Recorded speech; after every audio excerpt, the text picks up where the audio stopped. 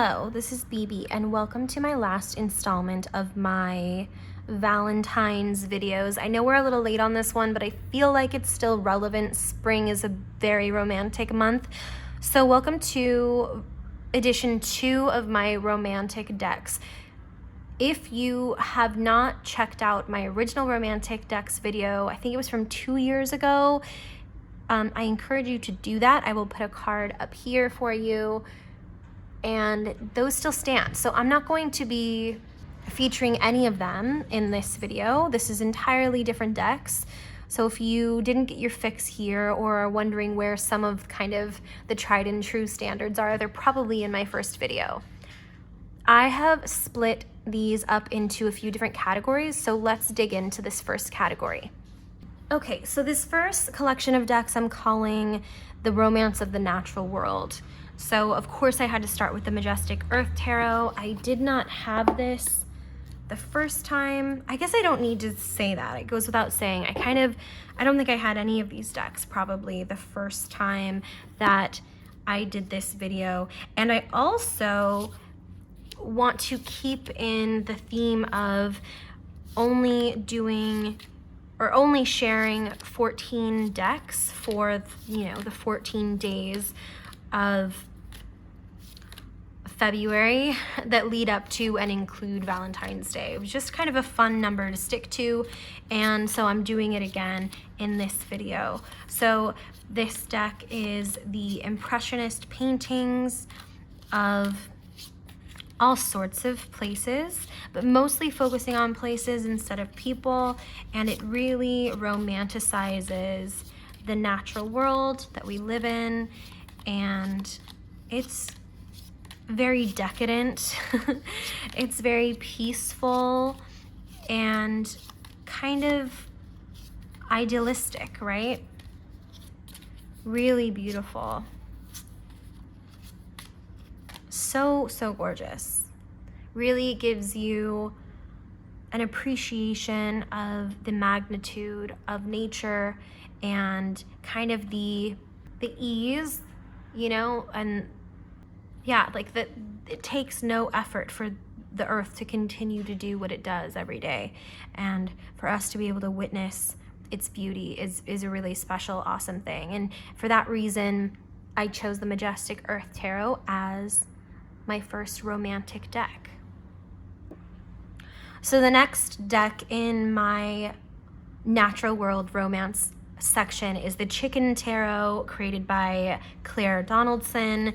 And I love kind of the mirroring of, I don't know, I just feel like it's such a good allegory almost for the way that no matter what animal you are, maybe be it a chicken or even a human, that there is kind of, pun intended, a pecking order, a kind of a hierarchy, a society, a circle of life. It all, nature and humans, we all mirror each other, right? And even more so when you take this human-esque Rider-Waite-Smith style deck and then you replace it with animals. I love that this isn't an anthropomorphic deck. It makes it even more kind of romantic to me. I don't know. And of course it's in the illustration. Like, the illustrations are so beautiful and so idealistic, and just kind of, we think of chickens in the kitchen. When I was a kid, all the moms and aunties had chickens and chicken little like statues and stencils and cutouts and chicken-shaped servingware in their kitchens. Which is so funny. And I feel like even the border kind of harkens to that a little bit, but it's this kind of farmhouse, romantic, I don't know, like really gorgeous style. I just love this deck so much.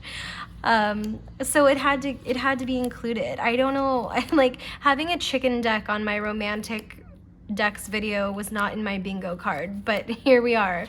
So I hope that you understand what I mean, and I think that, you know, obviously the medium of these cards and the colors really contribute to it feeling romantic and, you know, very pastoral, which kind of, you know, the cottagecore movement really kicked up again those feelings of romanticizing like rural life.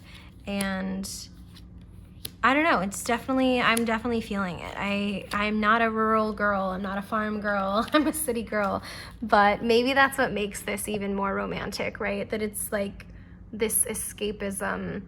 It's like a real life thing. It's a reality of people's lives, and these chickens are very realistic, but there's just this really beautiful reflection of them. And you know what's even cooler is that a lot of these chickens were painted after the likeness and personalities of chickens that the artist owns, which is just so cool. They're such characters.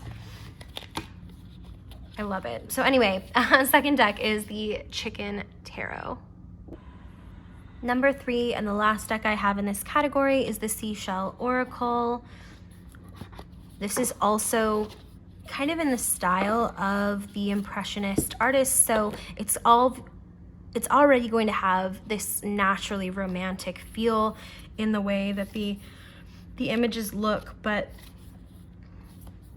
it's also another one, you know, based in nature. It looks like one of those kind of academic illustrative books when you're learning about sea life and things like that.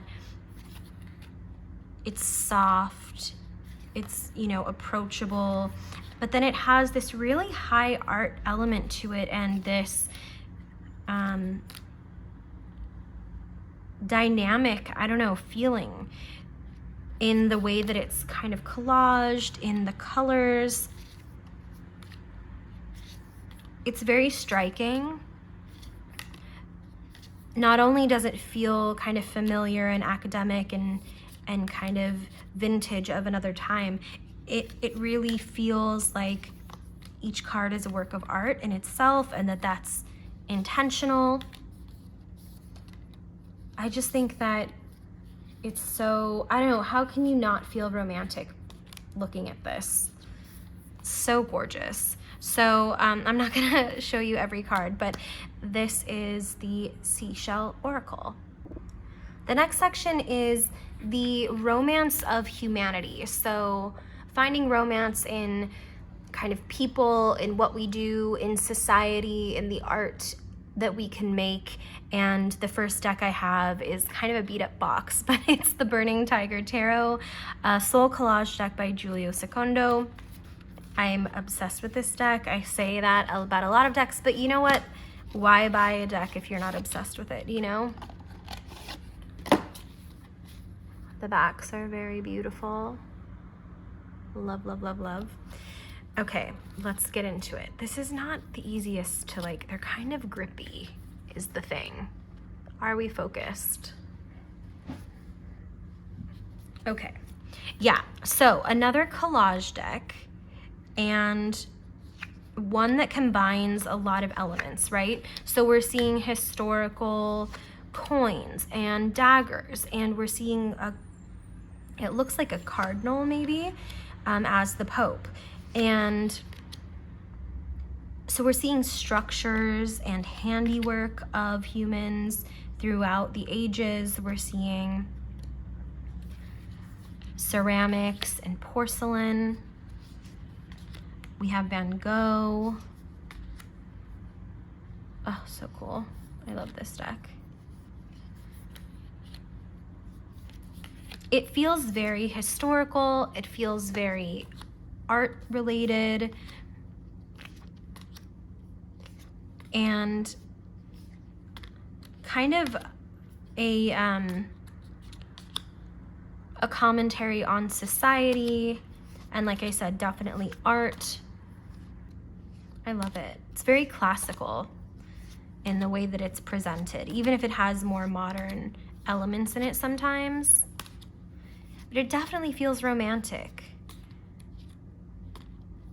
There's always a softness, and I think that's what comes with, when I think of romance, I think of like a gentility, or a gentleness. I don't know if gentility is a word, but you know, like, I don't know if you're seeing it. I think this is one of my favorite Two of Cups ever. I point it out every time I show this deck.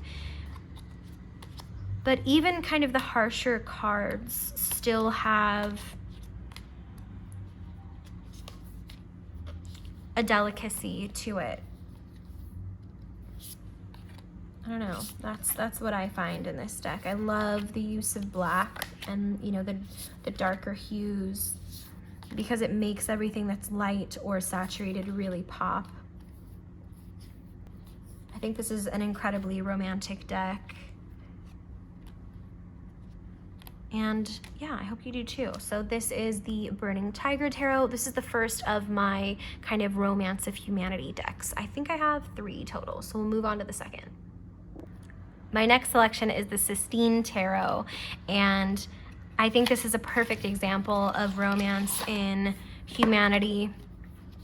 This is very focused on not only our relationship with maybe society and pop culture and religion, but also with ourselves. I think that it really speaks to our relationship with the soft and the feminine and the vulnerability within us all, and that being a source of fierceness and strength, and not something that weakens us. That is a reminder of our humanity in itself, and I think it's really, really beautiful. Yeah, I think that this is a deceivingly complex deck, and I mean, it's dripping with romance in like the most kind of classic or even pop culture version of the word, you know, the most modern version in our society is kind of love and hearts and the whole Valentine shtick, even though I love it. It's not really, it may be a shtick for some people, it's great for me. That I really love this, and I think it is very much based on humanity and our structures, as well as our inner world. So this is the Sistine Tarot. The last deck I have in this section is the Da Vinci Enigma Tarot. Let me just take a moment to get this out. I think that there's romance just in the, I don't know, the act of creating these sketches. Like, you can see the romance reflected in even just the roughest of Da Vinci's sketches. And Da Vinci was fascinated with, I think, people, with innovation, with science, with anatomy, just how everything worked, even if it was our heart, our souls, our minds. And it shines through so much in his art. And you know, this is not his finished artwork. These are, like I said, sketches or preliminary drawings of things that he was studying or works that he was going to make into pieces of art or inventions that he had that he might try to build. Just a really, I don't know, just a really gorgeous deck. I think this is so romantic. I think just kind of the romance of the soul is what you're seeing in this deck, and I think it's such a gift that we have it. I think it's really cool that this was even assembled together. I think Da Vinci and Tarot are such a match made in heaven. So this is the last of my Romance and Humanity decks. Let's move on to our next section. So we've talked about the natural world a little bit and humanity a little bit, and this section of 3 decks I'm considering kind of the bridge between the two.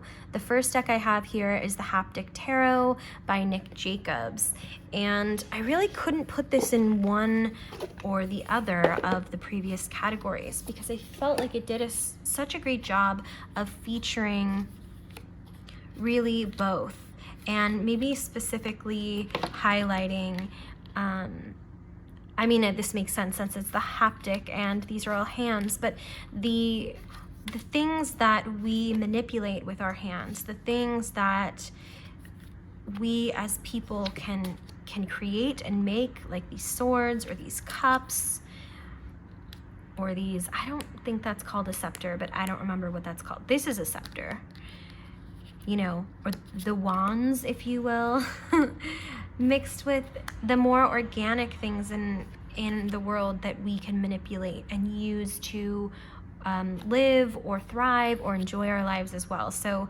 all the wands being branches or sticks. We have water and other natural liquids. We even have wood in the frame of a mirror. We have fish for food or for companionship as far as, you know, pets. And again, the illustration style is incredibly romantic. It's idealized, really focusing on the delicacy of skin and joints and bone and the articulation of hands. We've got more animals in here. This is spooky, but also like so good. Butterflies. I just felt like this was such a good crossroads and was a good kickoff for kind of the bridge between nature and humanity. I hope this all makes sense to you. It's a really, really powerful deck without being harsh in really any way visually. It's funny because something that doesn't show society in kind of a bigger scale is so good at reflecting society. Like maybe not every, but so many cards in this deck, I see a reflection of society more than I see kind of an inner world, which is very interesting. I'm sorry if you can hear any of the traffic. I wonder if this would be a really good deck to read for societal matters, business matters, cultural matters, because it really feels like you can see kind of day-to-day life in this time. Interesting. Okay, so this is the Haptic Tarot. The next deck I chose as the bridge between nature and humanity is the Naked Truth Tarot. This is the first edition. It is by the people who made the Baroque Tarot. I believe it's Spectrum Projects LLC. I'm sorry if you can't see that. Okay. So I thought this was kind of great to see the bridge because, I mean, there is a lot of nature featured in this deck, but as far as the humans go, and there is a lot of society, I feel as well, but they're really stripped of, quite literally, their trappings of class and, like, I guess hierarchical distinction. You can still see that based off of the different things going on in the paintings sometimes. But I feel like being nude like really speaks to our natural state, obviously our carnal desires, our similarities as humans, you know, that we're all made up of the same stuff. My camera is not focusing today and I'm really upset. But yeah, I thought this was a really cool bridge as well Let me know if you agree or if you don't, if that makes sense to you at all. But I thought it was an interesting spin. Okay, and the last deck in this section is the Venus Morningstar Tarot by Aphrodite Studios 333. I chose this deck because it is focused on imagery of the gods of the Greek and Roman. Is this in order? No, it's not. Okay. The Greek and Roman times. And I thought how perfect to have, you know, we have nature, we have humanity, and then we have spirituality. And the gods were such a big part of people's lives, but also, you know, considered of a different realm, on a different level, and not considered part of nature nor humanity. It was kind of this other thing. So I felt like this was a good representation of the kind of thing that I'm speaking of when I say the bridge between kind of the two aspects of life on Earth. And of course it's romantic. I mean, look at it. It's so dreamy. There's so much reverence and longing and emotion in it, but with kind of, yeah, like with a reverence to it, like with this respect to beauty also, which is really beautiful. So this is the Venus Morningstar Tarot, and that wraps up our bridge between nature and humanity, and we'll go to our next section. Okay, so the next section is romance in emotion, and the first deck, I have two decks in this section.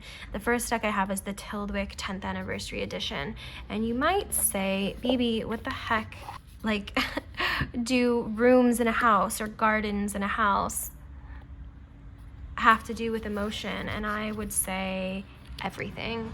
We spend so much time in our lives kind of doing the mundane things, and we associate so many of those everyday scenes that we pass by, everyday aspects, a wind chime, a clock on the mantle, some graffiti on a fence, you know,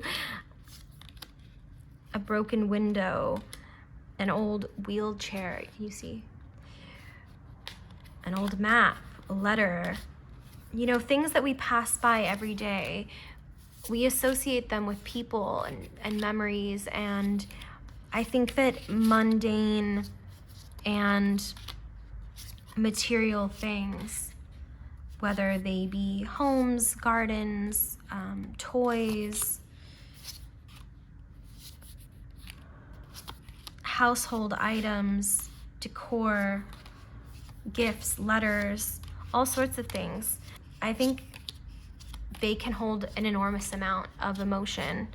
And I think that this deck really focusing on those things, and also kind of the stillness in them,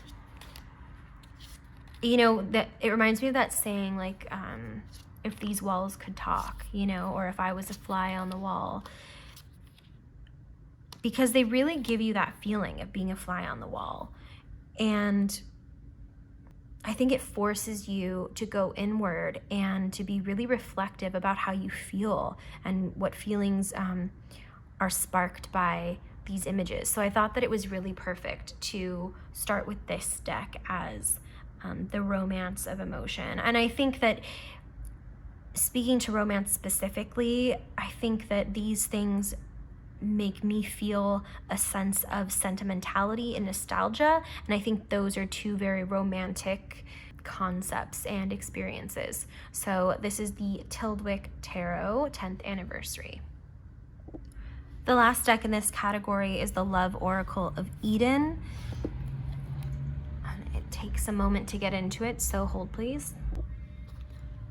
Not only is this deck a very luxurious and beautiful tactile experience, It also has these really amazing romantic images, as you can tell, obviously, and these keywords that are mostly abstractions. They're mostly concepts that we experience within ourselves. And so that's the reason why I included this in the romance of emotion, because they're things that our heart, mind, and souls come upon really in life. I don't even know if I need to elaborate on these images. I think that they're incredible and effective, and they're exactly what you would see in a painting, but they are modern photography versions of it. It's really incredible. So this is the Love Oracle of Eden, the last of my romance of emotion section. And I only have one more section left, so let's get into it. So the last section is the Romance of Fantasy, and the first deck I have for this is the Uncommon Tarot by Shaheen Miro with commentary by Teresa Reed. This was a hard deck to place, and I think it's directly due to the fact that there is such a fantasy element in this deck. You can see references to maybe real life people and concepts and images, but the way that they're put together really feels like a fantasy. And I think it just set itself apart from other decks in other categories of this video. So I really wanted to highlight that element because you could see similarities between this and other decks in here. But I think it's it doesn't stay in any lane. It's not trying to be a classic painting from history. It's not trying to be kind of high art where you could see it in a museum. It's not trying to look realistic. Did I just say that already? Or stick to any one kind of theme. I don't know. There's just, maybe it's the ineffable quality about this deck that makes it such a fantasy, but it really does to me. Maybe it's the textures and the fact that the collage isn't trying to sell you that it's one cohesive image. It's definitely just going all together, but it still has that kind of painterly quality to it. It's not like the same as seeing kind of an analog collage, or even a collage where maybe it's digital, but like the Sistine where it's very collagey. Like I don't know where to like place the words to really articulate how I feel about this, but I hope you can see it too, that there's a fantasy element here that maybe doesn't exist in the same way it does in the Sistine Tarot or the Burning Tiger Tarot. But the Uncommon Tarot was my first pick for this section, and then I only have one more deck. So let me just clear this up really quickly, and I'll share the last one. This last one is getting a lot of play for me recently. It's the Dragon Tarot by Nigel Suckling. I've really been into it. I've featured it on a couple videos recently, and I think it's romantic as hell. So, I mean, it is illustrating the era of chivalry and knights and, you know, obviously dragons and myths like King Arthur and warlocks and wizards like Merlin and all of that. It also has this really serene and beautiful illustration style, very rich in kind of lore and kind of like a tapestry almost with the border. That's what the border really reminds me of, is a tapestry. I wonder if that was intentional. But I find this very dreamy and romantic, and I think that a lot of the themes in the stories that are told that are set in this time and place of not maybe reality, but maybe historical fiction, are incredibly romantic and grand in scale as well, you know? So that's it. That is my collection of 14 decks that I chose for this year. to represent my romantic tarot decks. I hope you really enjoyed this, and if you did, and you're still here, and you've made it this far, comment a dragon in the comments and let me know. I'd really like it if you liked this video and you subscribe to my channel if you'd like to see more videos of mine. And I want to thank you for being here. Thanks for being curious. Thanks for being my friend. And my mom's coming. I gotta go.